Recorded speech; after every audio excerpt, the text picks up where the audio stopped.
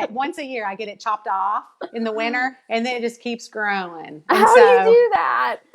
Welcome, everybody. Welcome to this special Thursday night interview with me, Amy Bowles. I write paranormal cozy mysteries, and my amazing guest, Tonya Kappes. Let's everyone welcome her. Yay! Tonya! I'm happy to be here. Thank you so much. Happy to be here. Let me introduce you. For those of you who don't know, and I imagine it's not very many of you, Tonya Kappes has written more than 50 Southern cozy mysteries, all of which have graced numerous bestseller lists, including USA Today and Women's World Book Club Pick Twice. Best known for stories charged with Southern charm, emotion, and humor, and filled with flawed characters. Seriously, y'all. Her novels have garnered reader praise and glowing critical reviews. She lives with her husband in northern Kentucky now that her 4 boys have flown out of the nest. Does Tonya look like she has 4 grown boys? No, she does not. Tonya writes full time. You can find her all over social media and at TonyaKappes.com. Yay! Thank you for being here. Thanks for having me, Amy. We are so glad to have you. I usually like to start off by talking a little bit about what happened in my week. For this week, it'll be what happened to me last week. Most of you know, but I just got back from being on a cruise and with the girls, and it was so much fun, such a great, great time. We had a great vacation. I'm already trying to figure out how I can go back and be on another cruise and take another vacation because it was so, so, so much fun. And today is actually a special day because it is my husband. It is Mark Bowles' birthday. So happy birthday, Mr. Bowles. Yes, happy birthday. Thank you. Wonderful. So yes, he is downstairs doing daddy duty right now, corralling the children. And I remember those days. Oh, yes. Yeah, I remember those days. But I was saying that, Amy, your first cruise had to be a Disney cruise. Let me tell you what. Nice. I've been on several. This time last year I was actually on a reader cruise on a Royal Caribbean ship with 400 readers, and it still doesn't beat the Disney cruise that we went on with my family, and it's just. My husband and I would go on the Disney cruise by ourselves without our children. That's how much we enjoyed it. And so, honestly, I don't know if I'll ever go on another cruise until I can go back on a Disney. So you guys did it right the first time, girl. Thank you. It was so much fun. Literally, I am like thinking about what were we doing last week? Oh, we were doing this last week. And I'm already like on my computer trying to figure out when can I go back? When can we go back? What month do we want to go back? Do we want it to be too cold? Do we want it to be too hot? I mean, either way, it was so much spectacular. Fun. It is a true fantasy. They really make it feel that way. They really did. It was amazing. And what was so great about it is, we went to the Bahamas, so they had pirate night, and they had Jack Sparrow. And did they fly down the cruise ship? I think so. On like a rope when they did the introduction. Oh, I think so, amazing. But I was kind of asleep for it. But my I know, like I would like after the second. Okay, so the first night my girls were like wide awake. Yes, let's watch this show. Second night we went to see Beauty and the Beast, and it's like they're kind of like Broadway, like caliber Beauty and the Beast. And within 5 minutes, one of them's like this. Oh, I know. And the other one's like this. Out. Yeah. And so at that point, I was just kind of like, try to stay up. And they won't take naps. No. They're too little. They're just like, I'm not going to take a nap. I'm just going to like hit it so hard until I drop. So but they did get to meet Jack Sparrow, even though they don't technically know who he is. And he was great. He was fantastic. It was just so much fun. But I'm sure they knew all the princesses. Oh, girl. Every princess was there. And mommy was like up at like midnight when it opened to meet like all the princesses. I'm like, meet Elsa and Anna? Check. I'm going to make that happen. meet Yeah. all the princesses, check. I'm gonna make that happen too. Like Aw. I just like worked it and got it so that all the girls so they can meet Good. everyone. I know it was Good. so great. It's awesome. And they Well, I'm even glad did you made bippity such good boppity. memories. Yes, you're lucky though with boys. Well, With boys, it's like they're like, I don't care oh, about the well, we were princesses. with the Jack Sparrow. They, of course, they didn't do anything with the princesses, but we Right. had because it was so long ago. It was when Cars was not even out yet, so we got to watch the movie Cars, which they loved that. The boys Yeah. did, and so we also got to do a question and answer with John Lasseter, and some of the actors that did the voiceovers were on the cruise. And so, it was great. So the boys really liked it. They loved the outdoor basketball goal, all that kind of stuff. But they still enjoyed eating. And the ice cream. Oh All my the gosh, ice yeah. cream you could So, ever yeah. want. But even in their 20s, they all say that was still one of their most fabulous vacations. And we've been a lot of places. I mean, we've Oh yeah. done a lot of things. So Macy's Thanksgiving Day Parade. We've done everything. Wow. And out of everything, they just love that cruise. I love So, that you've really, tried to make those memories. How do yeah, we, make the most we out of do. this that the time that you have. I think that's awesome And because it they grow goes up by so fast. fast. Yeah, So, exactly, yeah, exactly. They grow up it so does fast. so fast. Yeah. Like one of my kids right now is on ESPN for basketball, and I'm not watching. But that's You're kidding okay. me! Oh no! Oh no! I Who watched does the he first play half. for? Does he It's play for okay. Kentucky? He is with University of Cincinnati. So he actually is on the coaching staff, and so he's a student coach, and it's great because he gets a full scholarship, and it's wonderful. And so he travels and gets all the exciting equipment, gets all the shoes and all the clothes. And so we're like we have season tickets. They're at Memphis, but my husband's in there watching now, so I'm sure it'll be all fine. But anyway, so that's you grow up and you grow with seasons of life. So my Disney cruise and now are sitting at a basketball court in an arena, and I just said to Jack the other day, because I was like, well, where are you going to go? What do you think you're going to do? And afterwards, because it's obviously something in sports. And he's like, I Right. don't know. I go, wherever you go, Mama's going. So your life changes from the Disney cruise to wherever. So who knows? But Mm. enjoy the time that you have with those cute little girls. Thank you so much. Oh, Tonya, I'm so sorry to be keeping you from Oh, your you're flesh and not. blood. No. I knew this was happening because when you first said, "Oh, can you do this day?" The first thing I always do is look at the basketball schedule because we have season Oh. tickets. So I'm fine. No, we are all good. And Tonya, you've had a horrible month. And I don't mean this in like a bad way.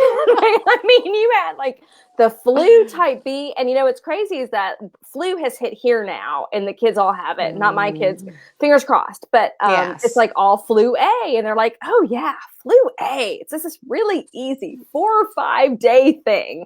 And then you got hit with flu B. Yes, I went on the 22nd of December. I went to bed with a beautifully decorated home, going to be having, a pantry full of food, a couple of turkeys, ham, because I was having my whole family here, like my parents, my Oh, siblings, wow. and all my kids were coming home. And I had the Christmas tree ready. The only thing I Hmm. didn't have ready were the stockings. I had a couple of gifts I still needed to get for my mom because my sister and I do our mom and dad's stockings still. Oh, And so I oh. had to do my mom's stocking. And I went to bed on the 22nd. I'm like, my hair hurts. I'm like, that's so weird. And I got up the 2nd of January and not a flicker of glitter of Christmas was left. I'm like, what happened Oh, to Christmas? But I was so sick. But I went to the emergency room twice. no. Oh, my God. I had lost 8 pounds, Oh, my gosh. and they said there was nothing I really could do. Like literally, no joke, Amy. We did not have cable.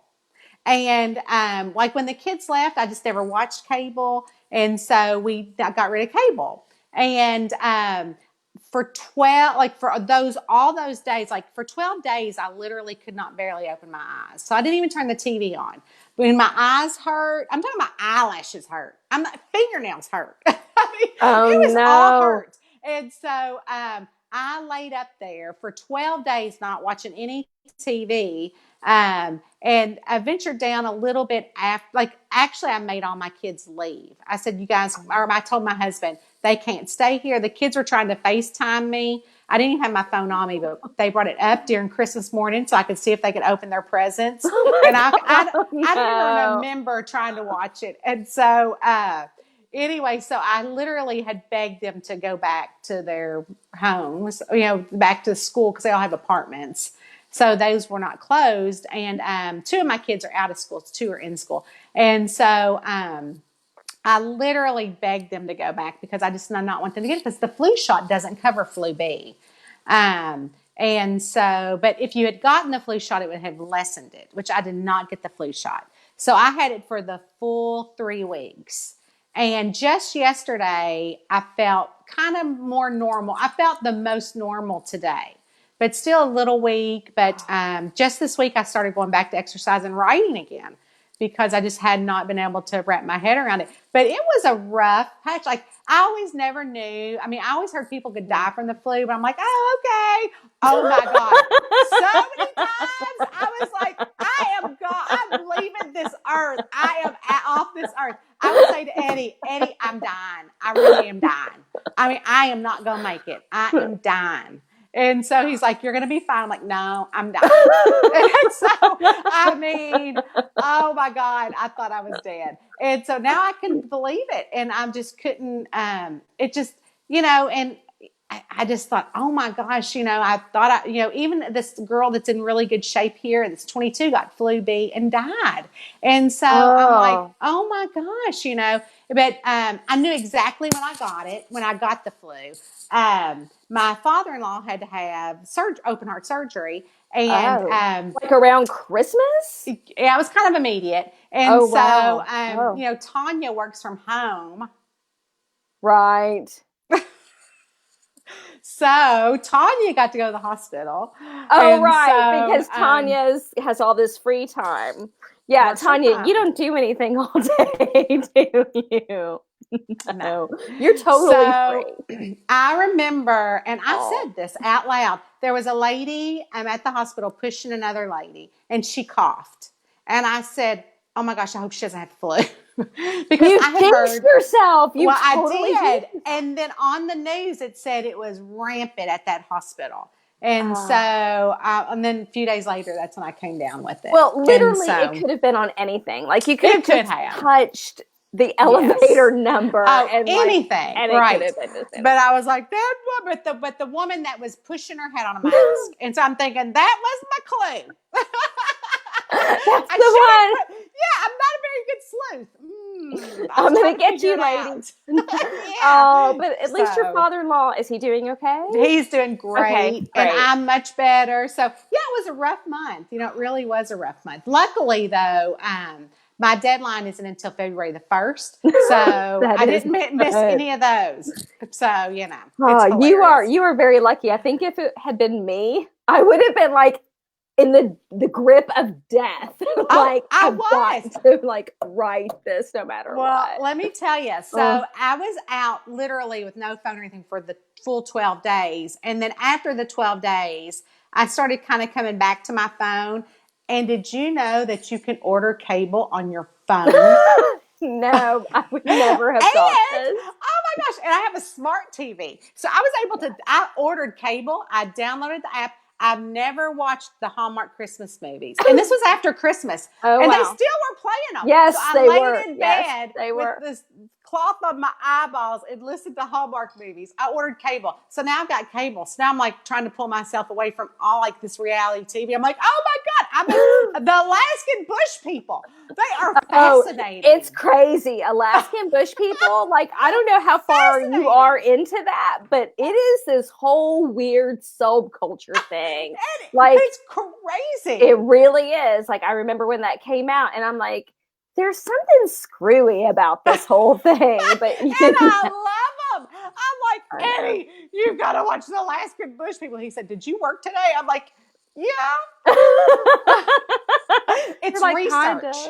It's research. It is totally research. For those kooky characters. did you end up getting Sling? Because we have a Roku too. We have a smart TV and Roku, and we just got like Direct TV, which is basically cable. Direct Yeah. TV now. That's what we did. No, we don't have Sling. So we have a Roku because we still have like Netflix, Amazon Yes, Prime, and of those course, things. of course. You Because cannot that's what live the kids without those things. watch. Yeah. But our Spectrum cable, they have just an app, and it's a smart. I mean, it's all the cable, Yes. and it was because it's through our internet's through. So so I ended up getting cable and just loving it. And so I do work for Hallmark as a side job. I didn't know that. You work for Hallmark as a side job? What I do is they want me to promote their mysteries. Oh. So they pay me, they send me the movies like a week ahead of time. And so then I tweet them out during the movie. So they pay me as an influencer for them. And I've been doing that for like 2 years. So I've always seen the Hallmark mystery movies, just never the romance. And so like last Sunday, I was able to actually watch it live and tweet live. I tweet it. We don't do Facebook. I tweet with Hallmark Movies and Mystery and the actors of the shows. So, whenever they have a mystery movie on, then I tweet that. We have a good time. And so I've always been able to watch it, but I'm like, woohoo, I get to watch it live this time. But normally they send them to me, to watch a week ahead of time, and I could schedule the tweets since I didn't have cable. But now I'm like, you don't even need to send them. I'm just going to watch them.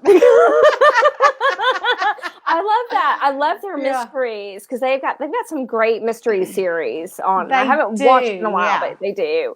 The one with Candace, I was going to say Candace Bergen, but that clearly is not Cameron Candace. Burr. Yes, thank you. Yeah, like I love those. They're rarity mysteries. Those are so much fun. And I love those. my camper series was optioned through them. So. You are kidding! No. So we'll see. Like the actress is Autumn Reeser. I don't know. And so she's in a lot of the romances. Yes. And then the screenwriter's name is Andrea Canning. And she actually was a local Cincinnati newscaster for our local channel. And she is now on Dateline. So she left Cincinnati and now she's the blonde on Dateline that does Dateline. And so, so she's a screenwriter, but she screenwrites for Lifetime and several different movies. So, so I don't know if they'll ever get made, but they do have people on board. So that's awesome. Congratulations. So we don't have any news. Oh, that's been going on for a while. But thank you. I mean, you know, I think that's great. I think that's so wonderful because that's such a fantastic series. I love the whole concept of it, which we will get to.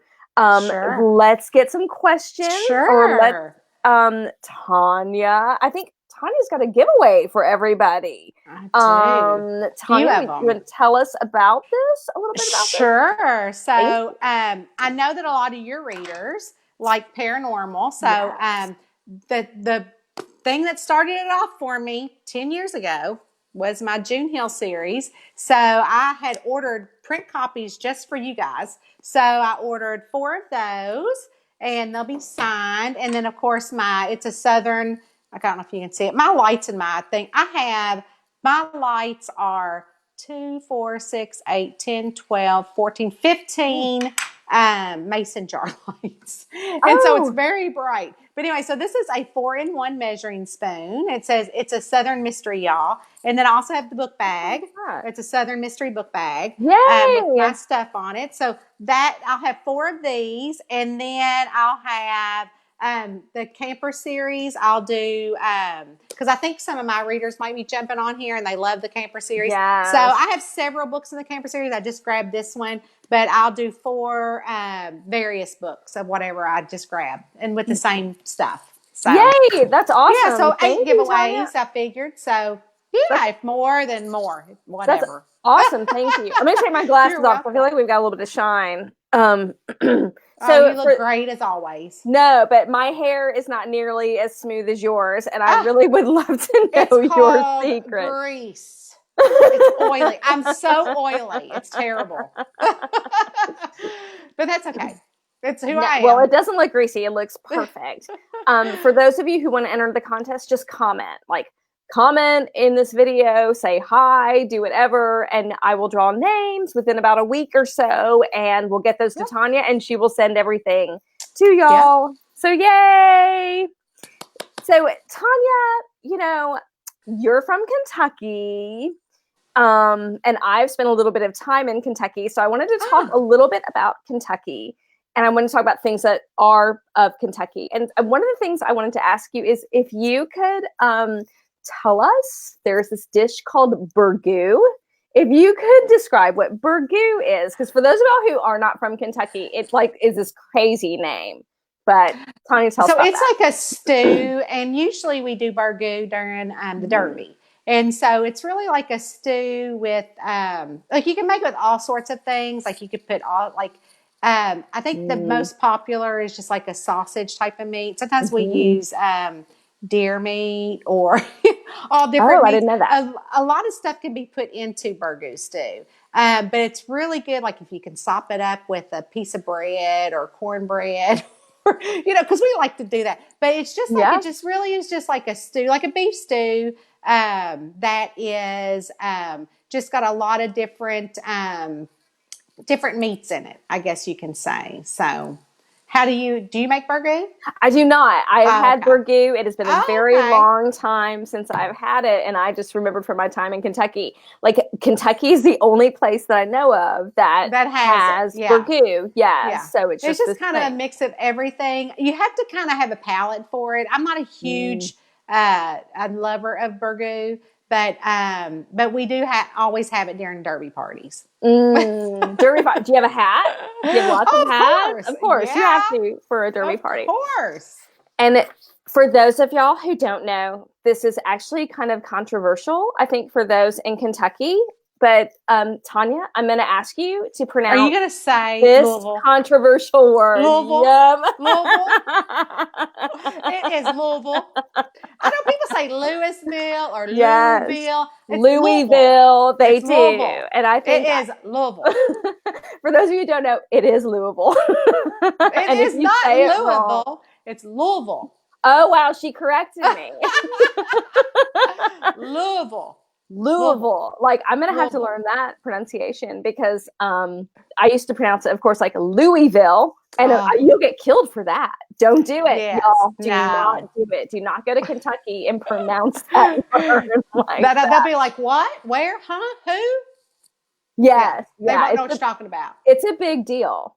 The pronunciation of that word. It's offensive. Flat out. We'll bless your heart after that. We'll say, oh, bless his heart. Well, we're going to get to bless your heart in a few minutes. But we had a lot of questions come in for you. Of course we did, because you are just so uber popular. I'm not, but thank you. Yes, you are. But so I think one of my questions was, so you have this wonderful magical cures mystery, and I'm just going to show that cover again because I really do love it so much. Oh, no. It's just gorgeous and lovely, and tells us everything about this book right now. I know it's a mystery. I know there's a cat. So important, obviously, because we love cats.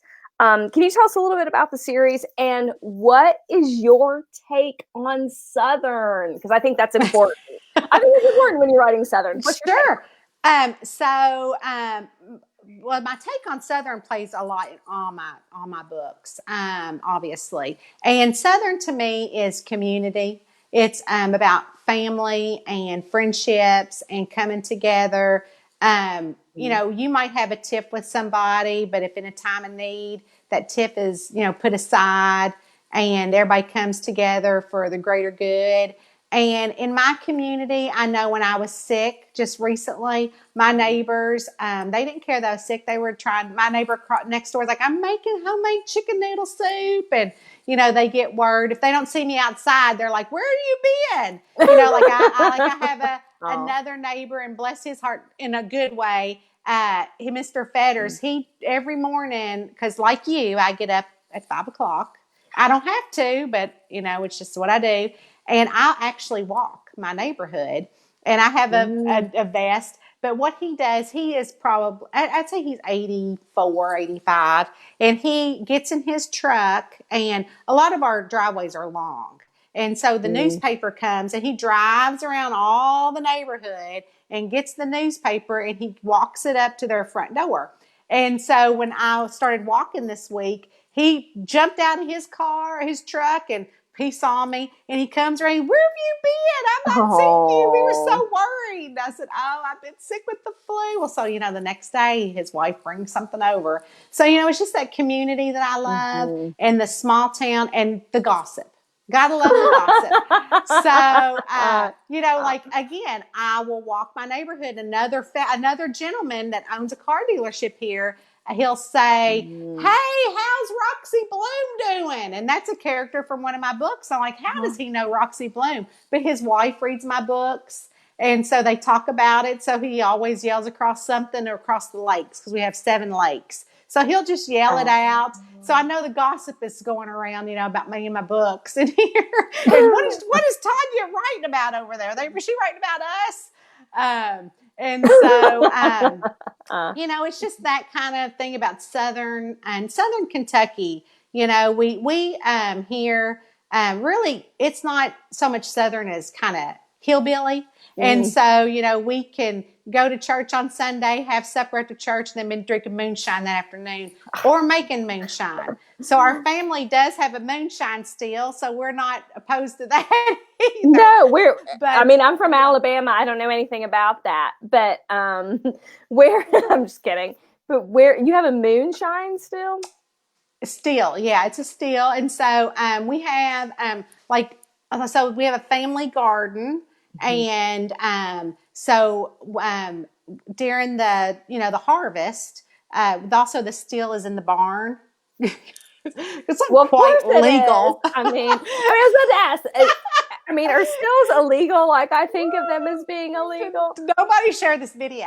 Anyways, or I'll be like, nobody knows where Tonya lives. I'll be like with Lori Loughlin in jail or something, writing mysteries, and her acting in them on stage in the prison.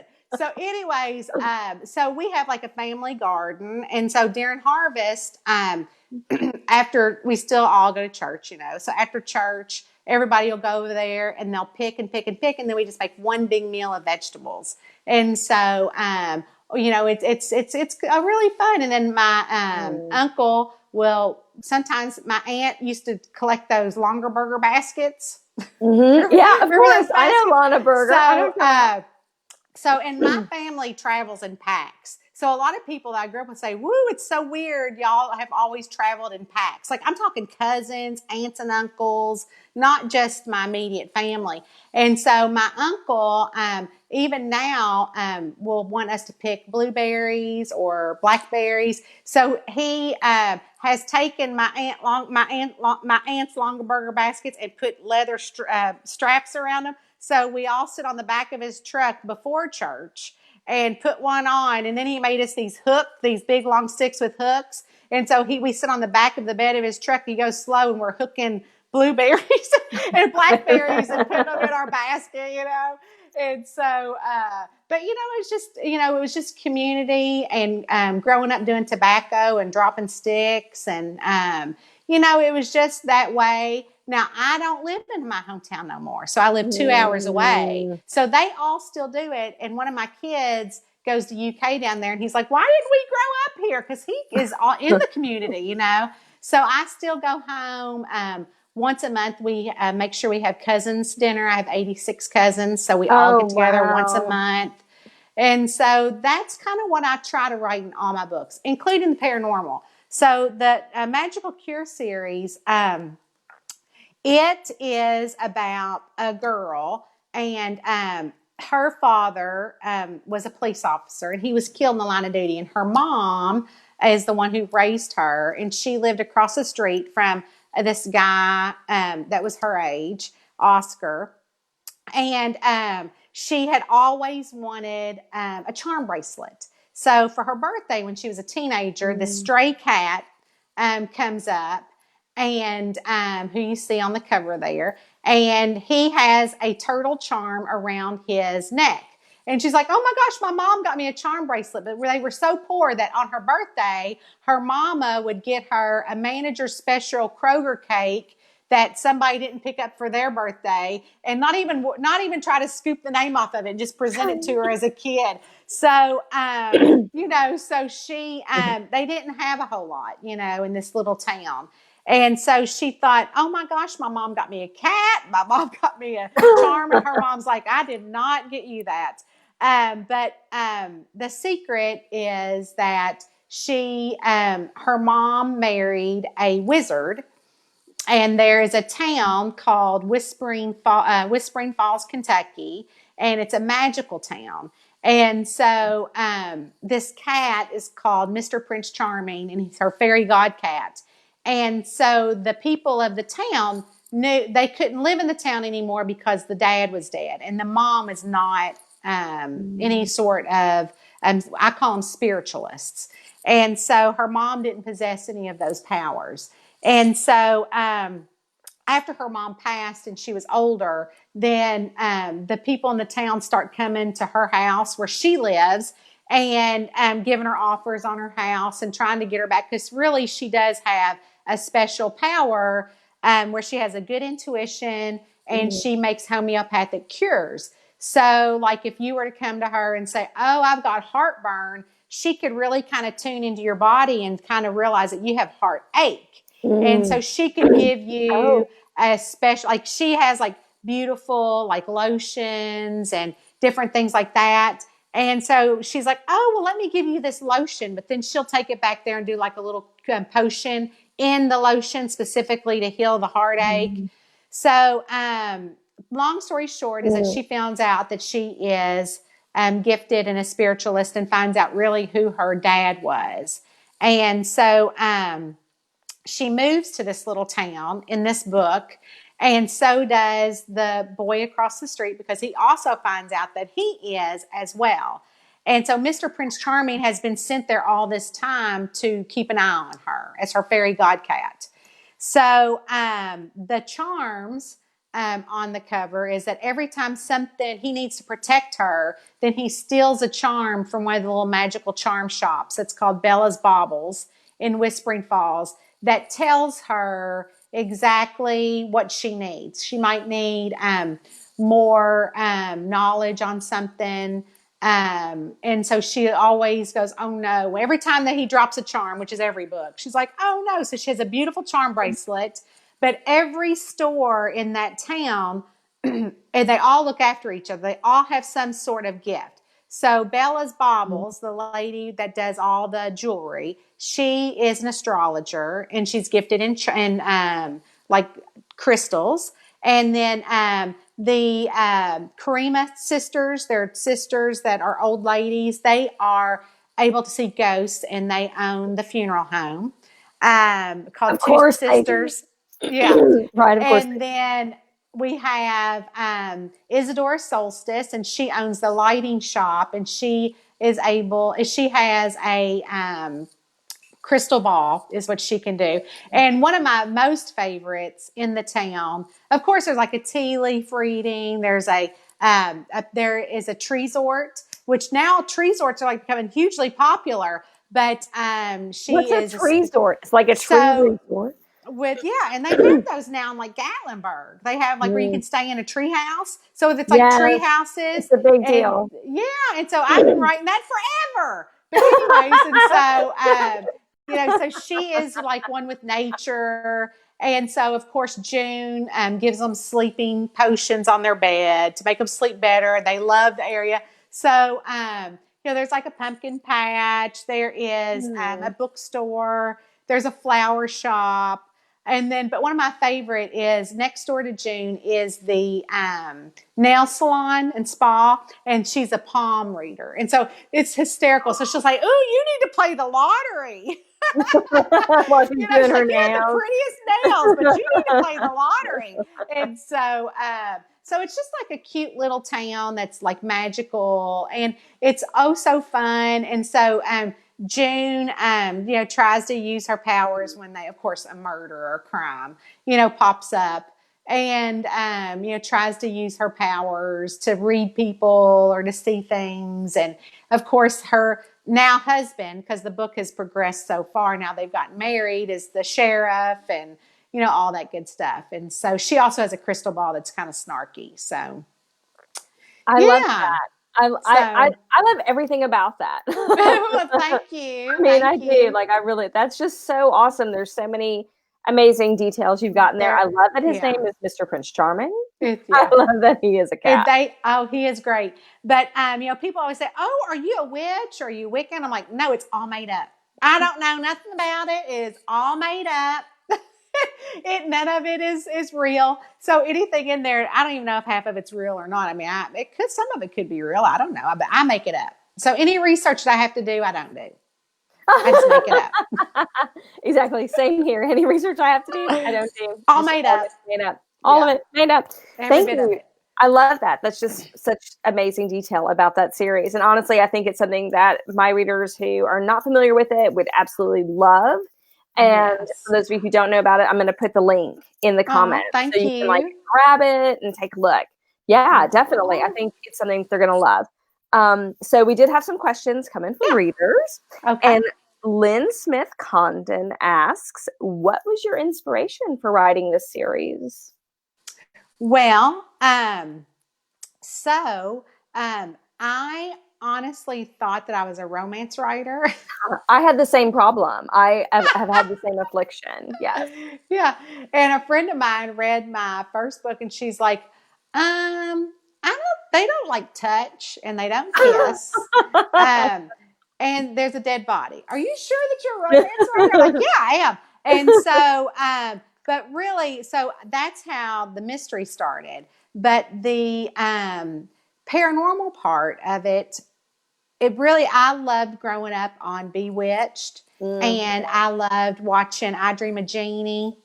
All of those shows in the 60s and 70s were just that little hint of paranormal, but funny, And so I thought, and so I tried it and actually found it became a whole nother element to the story. Mm-hmm. So it made the story like a lot more fun and easier to write.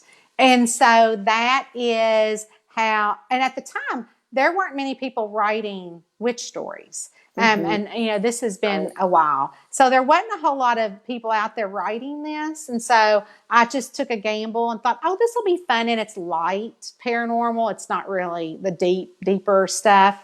And so I ended up, just like I said, just taking a chance on it and, making up half the stuff. And I've always been superstitious. Like, we're kind of superstitious here in Kentucky. And so that kind of played a part in it as well. Like, my superstition. I'm like, well, I'm really superstitious, not kind of, but yeah, I am. Tonya. Oh my gosh. Like, I don't ever, like, if I come in your front door and you're like, oh, here, you can just go out the back. I'm like, I'm going right out that front door. And like, I don't step over a broom. I don't sleep with my feet towards right at the door. Like, all sorts of stuff. Like, just all sorts of stuff. Just crazy stuff. And so, even to how I get out of the bed. Really? Oh, wow. I'm so interested. So it's crazy. So anyway, some of that plays a part in there, like some of the superstition part. So, so it was just kind of fun to write that in there. And then people loved her and loved the cat and loved the premise of it. So it just kept going, and one book after the other. And, now we're up to book like 14. And really, I should have kept going like I have all the other series. But all the other series have kind of taken over. And so I only really put out one book a year in this series now. So, but I do have one coming out this year. So I already have the cover for it. So I'm sure everybody's looking forward to that. And she's pregnant. So woohoo! People love a baby. Yeah. Love a baby. So we'll see. Who knows? Yeah. So Amber Brim asks, were there any specific authors who got you hooked on this genre? Oh my gosh, you know what? And I think you can take that anywhere to mystery and paranormal. Yeah. You know what? No, I did not read even mystery. I read women's fiction. And so I really honestly thought I was going to be a Southern Totally women's different. fiction writer. And so I did not. So what I did was, so when my girlfriend said, "Are you sure this isn't mystery?" So I ended up Googling Southern mysteries, and the only one I could find was Mary Kay Andrews series of Sure. the Mount. What I can't. What was it under? What was it? Was under a pen name. Um, I don't even know. I know Mary Kay Andrews, and I know she yeah. writes So mystery. I mean, but she yeah. wrote under a pen name, and it was the House Mouse series. And so it was about a Oh. lady that was a retired cop that bought a cleaning service. And oh my gosh, they were the funniest things. I devoured them. Mm. And so I'm like, this is totally my gig. So it wasn't her that had done that. It was just me making it was just an easy write for me. Like it was an easy niche for me to Yeah. get into. It was like second nature to me, you know. And so killing people, that sounds really bad. I It know. was really easy People for me to when they kill ask people. me, what do you do for a living? They're like, I kill people legally. That's all I On always say. I kill paper, just people on legally. paper. That's a great one. I Legally. should tell people that because You I'm always just should. like, I don't know. I just write books, and they're like, "Oh, you do?" I'm like, "Yeah." Let's not pay attention to me. What do you do?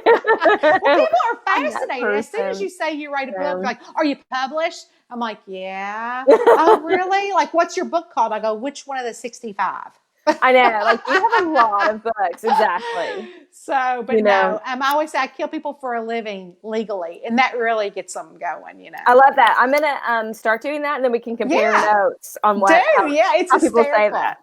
They'll be like, Yeah, "What?" yeah. If I only had like a body camera so I could get their faces, it'd be hysterical. It'd go viral. And we did have a question that came in that is for anyone looking to write a book, how would you suggest they start?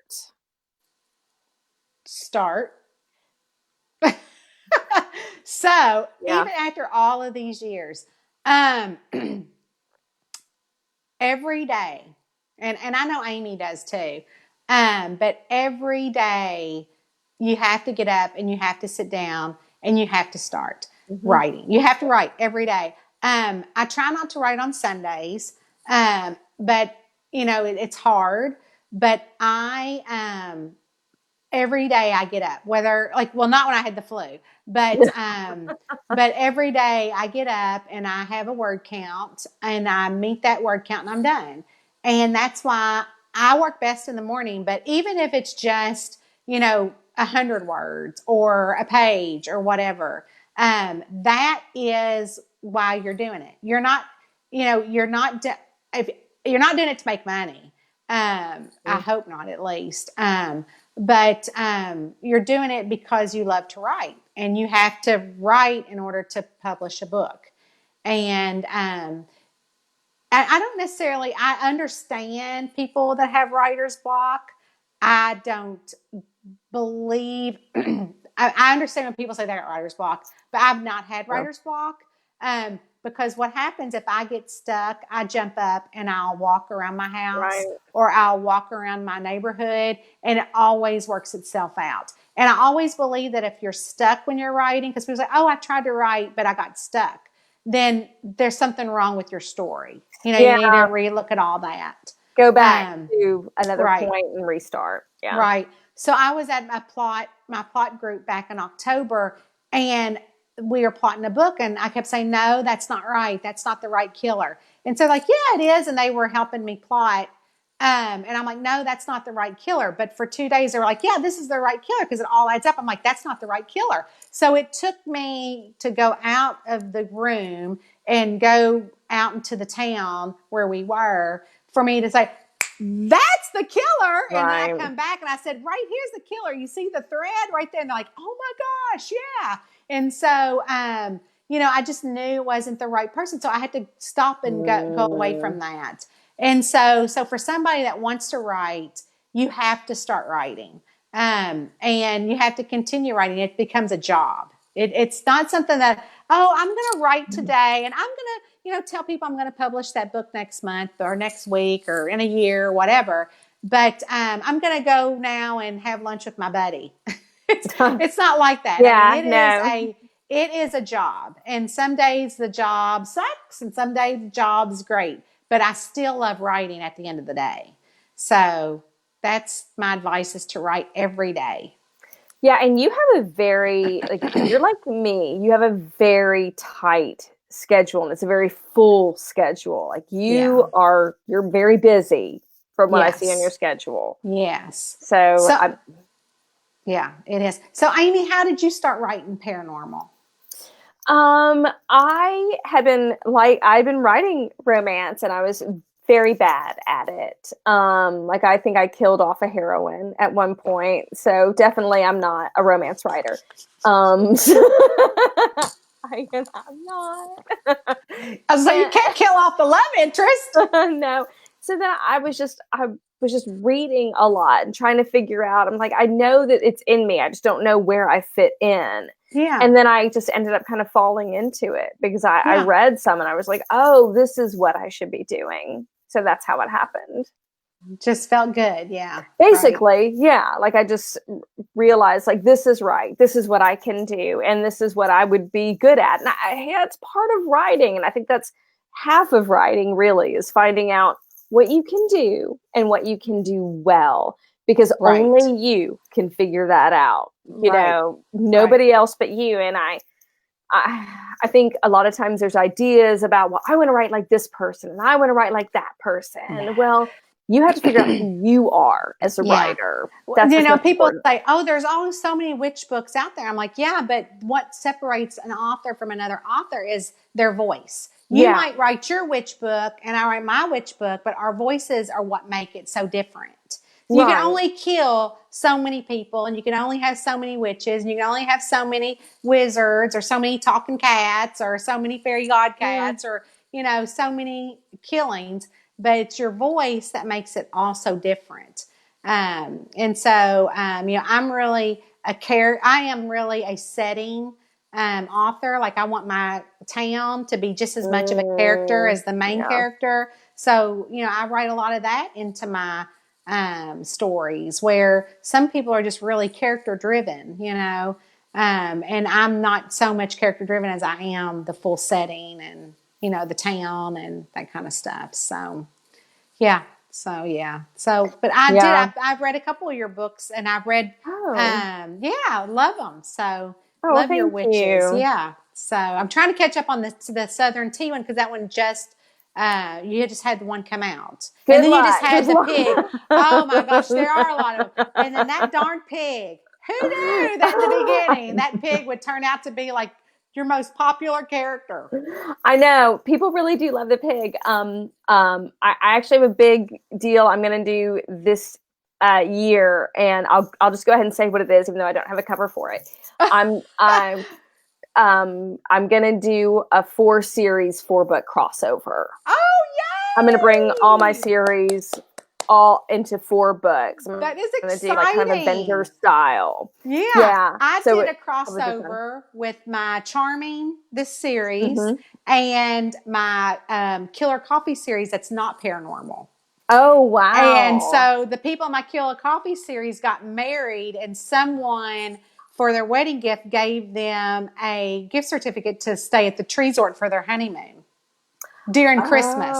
So last year I did a crossover called a Charming and Blend for the coffee blend, and it went gangbusters. I love that. And so actually one of my characters in my Killer Coffee series is leaving the series and starting a new series this year. So the crossovers have been amazing. So that'll be really cool. I can't wait to read it. That should be crazy, because I'm doing all 4 series. They're all coming together. Hilarious. So we'll see how this is going to work. It's going to work beautiful. I hope so. It's a through line with the sweet tea, which is a big deal that's happening. All these people have to come together to figure this thing out. But yeah. That's awesome. It's a little crazy. It is crazy.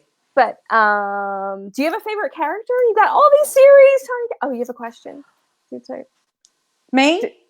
No, I don't know if your husband was talking to you. Oh, no. I said, no. He just came in and was throwing something away, and I'm like looking at him like, No, a favorite character.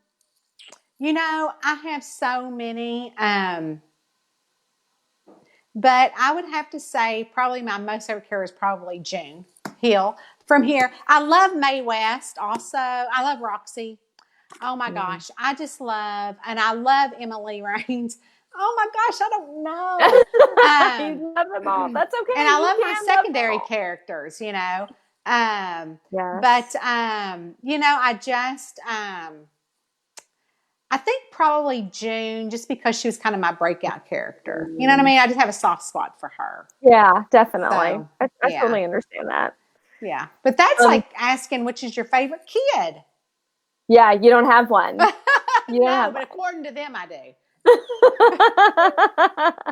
So I'm going to switch gears a little bit here and talk a little bit about this Camper and Criminals series, which Yeah. has an Crazy. amazing premise. For those of you who don't know this premise, it's amazing. Basically, a New York socialite's husband has been convicted of a Ponzi scheme. They have lost everything, and all she has is a campground and an RV to go survive in. I don't know if I'm saying that right. So what happened is that he had put her name on this campground in Kentucky. And so that's the only thing that the FBI did not seize. So she got the pamphlet that the attorney said, here you go, this is your new home. And traded her Maserati keys for a flamingo keychain of this beat up Winnebago. And but he gave her the brochure, which looks like this beautiful, fancy campground. So she decides that she's going to go and just sell it. So when she gets there, it was awful. I mean, it was like murky water bubbling up with nasty and the little lake and run down campers and I mean just filthy gross. And so the first scene is she's standing over looking at this mucky water with the handyman, in his overalls and scraggly hair, and this big black car comes rushing through the campground and stops in front of her and says, "Are you Mae West?" And because her married name was West, and she said yes. And they said, "Well, your husband's broke out of jail. Are you harboring him here? We need to see your RV." And she goes, "Well, heck no, but I hope you find the SOB before I do because I'll kill him." And so about that time, he bubbles to the top of the lake, dead. So she Doesn't look good obviously for looks me. like, yeah.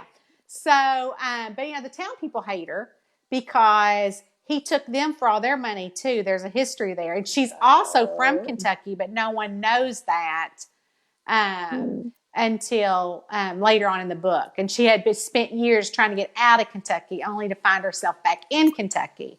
So the people that turned her back on her end up being the people that she's embraced the most. There's the laundry club women. There's always somebody. There's either the Baptist Undercroft people that love to gossip.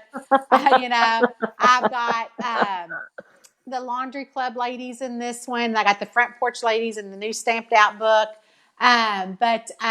So it's a laundry club that's run by the local preacher's wife. She owns it. And it's like a fancy laundry club. It's got a book club in it, a coffee station, watch TV, and do puzzles. And so everybody comes there to do their laundry because, there's not a laundry facility at the campground. And this is a camping, like this is in the Daniel Boone National Forest. So it's a real place. And so campers and different, people doing hiking come here to do their laundry. So they all meet, I call them the laundry club ladies because they all meet at the laundry club for coffee after work or whatever they're doing. And of course, they're all different ages. One's a librarian, one's a jazzercise instructor, one's one is the manager of the campground. And, she wears curlers and she's a smoker. And, it's just the gamut of life that you'd find in a campground or even in Kentucky. And I'm not stereotyping. I know. I've been with them. I know. We know you're not and stereotyping. I love them all. And so she becomes friends with them. and they kind of become our sidekicks, and they're real fun. So yeah. But what I've tried to do in this series is take like different legends of the Daniel Boone National Forest and of Kentucky and incorporate them into it.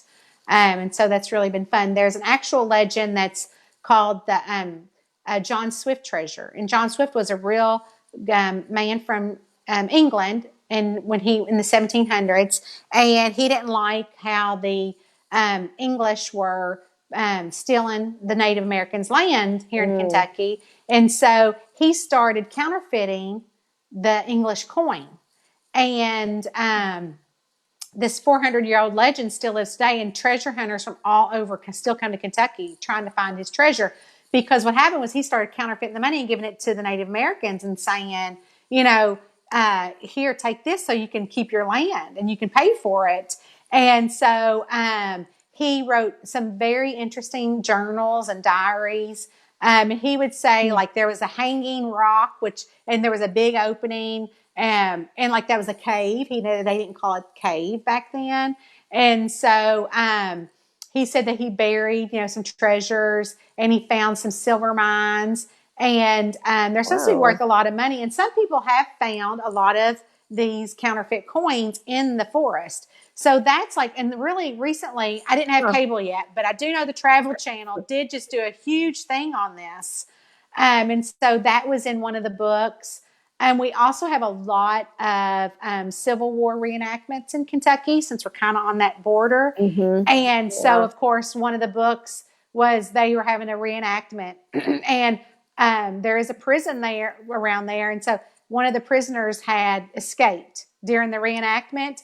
But years before this, when he was convicted, he looked at all the jurors and said, they were like, why are you staring at me? He goes, because I'm going to remember your face. Because one day I will come face to face with you.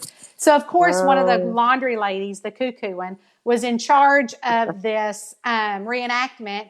And one of the people couldn't show up. And so he comes in and he's trying to get through the Daniel Boone National Forest just to get out of there. And so she's like, oh, you must be the stand-in. So she gives him the reenactment clothes and a bayonet. So he's like, well, this is great. I can just put this on, truck straight on through and go on. But as he's trucking through, he sees someone and stops and says, I recognize you from the jury that convicted me. And so, of course, all the people on the sideline go, wow, he is such a good actor. He fell down. And so at the end of the enactment, they all are going to the campground to celebrate, right? And because it was such a big success, and 4 of the actors didn't show up. So May goes back to the reenactment, and lo and behold, there are 4 dead bodies, and one of them is the convict. Of course. So who killed the convict? Wow. Because you expect the convict to have killed somebody. Right. And then they do a reenactment every year in October called Camp Wildcat. So I took it from that. So I tried to and have done something with this series that incorporate, because also ginseng is a huge thing here in the Daniel Boone National Forest. And you have to actually have a legal license to harvest it. And so right now there's so much smuggling going on here in Kentucky with the ginseng to China and Japan that they've stopped all harvesting right now. And so that made it into a book, So I've been trying to do things in the Daniel Boone National Forest in this series. So it's a lot of fun. Yeah. That's really, I love all that. That's so smart, because that's also it just feeds you right there too, Well, it's teaching people about Kentucky and that we're not all hillbillies. Nope. We do have a little history, not just Colonel Sanders. No. Kentucky's got much more history than that, for sure. Yeah, we do. But do you camp at all? Do you have a favorite camping story? Now, we did when the kids were little. And so actually we are looking at if something happened with the Hallmark, we have some big plans to get the camper and to do a Fingers thing. Crossed, right? You never know. So then, so we've never owned a camper, but as a kid, we did own a camper, and we used to go camping all the time. And that is what I love about the camping is really the campground and the Yes, community I and the agree. I community. agree. And so that's what I remember, growing up, and doing those long trips. And, a 16-year-old kid does not want to slay in the back of a camper with her parents while you're going cross country. But I would never have traded it for the world because I saw things that, I haven't seen since. And with my parents. At the time I was grumbling and listening to Duran Duran and my little, my disc player.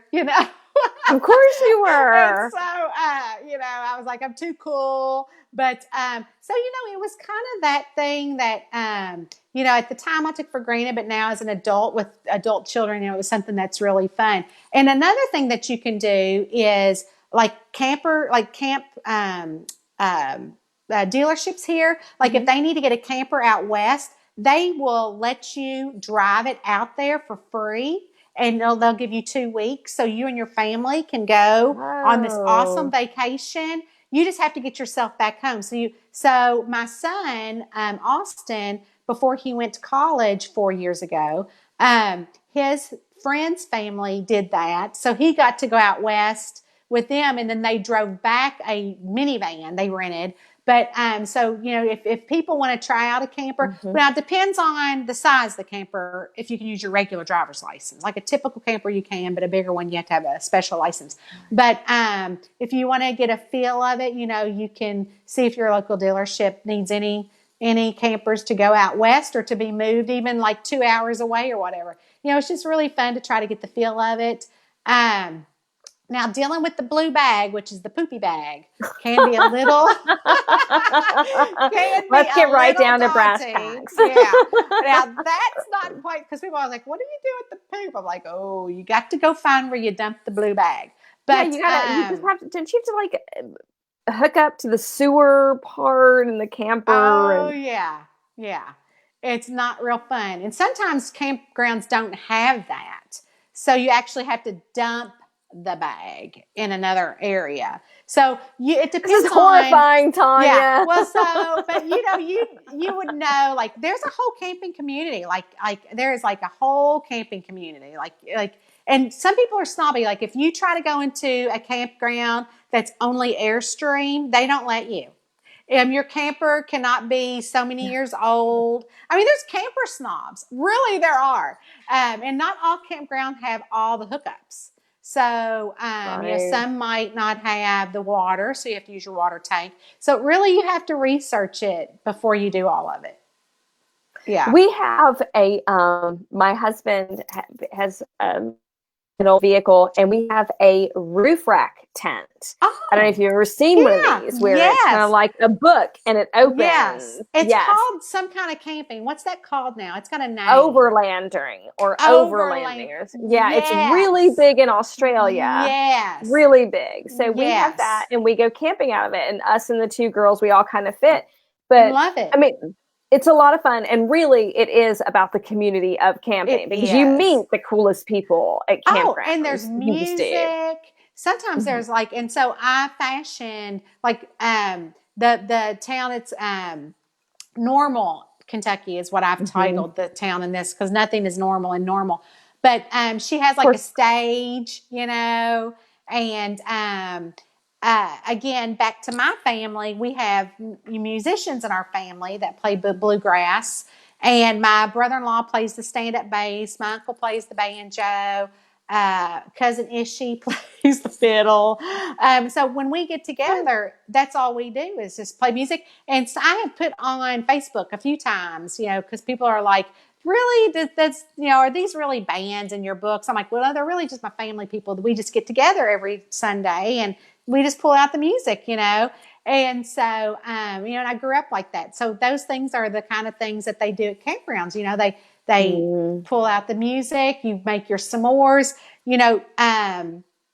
in this particular series, like if you were camping, you might make a dessert, on your campfire. So there are all the recipes are campfire recipes in the book, and Oh. camping hacks.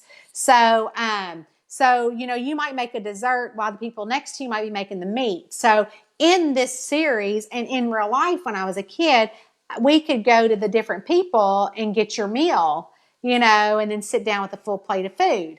And so that was something that made it into the book too. So it's just, That's the smart. community of it. Yeah. Because then you're not having to do all this stuff. You're just doing one thing. Yeah. Right. And so that also makes it easier for the reader to get engaged. And a lot of my readers say that they love it because they feel like they're, there, and they feel like they're, in the book and engaged and feeling welcome. And that's what I want them to feel. And so then when somebody dies, you really are rooting for the sleuth to solve it, Right. For sure. So, I love that. Yeah, so fun. Well, Tonya Kappes, we have invited you here to play a game I like to call, What Does the Southernism Mean? Awesome. Okay. So since you write all things Southern, I'm going to ask you to give the definition for certain Southern words or phrases. Okay. If you'd like, you can even use these phrases in a sentence. Okay. Are you ready? Tonya Yes. Kappes, play this game. Okay. Number 1 is I reckon. Huh. Well, I reckon I'll be over if I've got to. That means I guess I'm going to. Basically, yes. All right. Next one. Fixin' to. Well, I'm fixing to cook supper, so you better get home before dark. Perfect. Like, I could not have had a better example of that, of definition of that. Okay. I've said that many times. Haven't we all? What animal does this phrase refer to? Rode hard and put up wet. She was rode hard and put up wet. You're not supposed to say about a sheet. Oh, yeah, that's kind of bad, isn't it? That's what we used to say. She was rode hard and put up wet. I know. You may, we can't, we're live. Oh, I'm so sorry. Let me give you a hint. You're in Kentucky. I know what it is. It's a horse. But still, I was like saying, I was in sentence mode, which was bad. Y'all, it means a horse. It's a horse. Okay, easy one for you. Bless your heart. Yes. Oh, honey, look at that pimple. Bless her heart. Poor thing, right? But her mama is so nice. Because you have to follow it up with a compliment. Of course you do, because you wouldn't want to just say that. But her mama is so nice. And the last one, highfalutin. Oh, her nose is so high up in there. She's so highfalutin. There you go. That explains it. Yay. I think you passed with flying colors. Well, a lot of those make it into my books, all those sayings. And every Sunday, I have a Southern saying that goes up on Facebook. So, I love that. This week, I'll give you a hint. This week is piddling. Piddling, yeah, I know what that is. So that's a hint. Yeah, that's this week's going up. Don't be piddling or pokey or lollygagging or doing any of that. That's right. Together. That's right. Well, Tonya Kappes, I want to thank you so much for coming and doing this interview. You. I hope everyone who's able to watch it had a great time. And don't forget, it's going to stay up. So just comment and watch and just enjoy. Well, thank you for having me. I just loved it when you said, because I'd contacted you about something else and you'd said, oh, would you like to interview? I'm like, sure. So thank you so much for having me. And thank you. Thank you very much. And we will see y'all next time. All right. Bye, y'all. Bye-bye.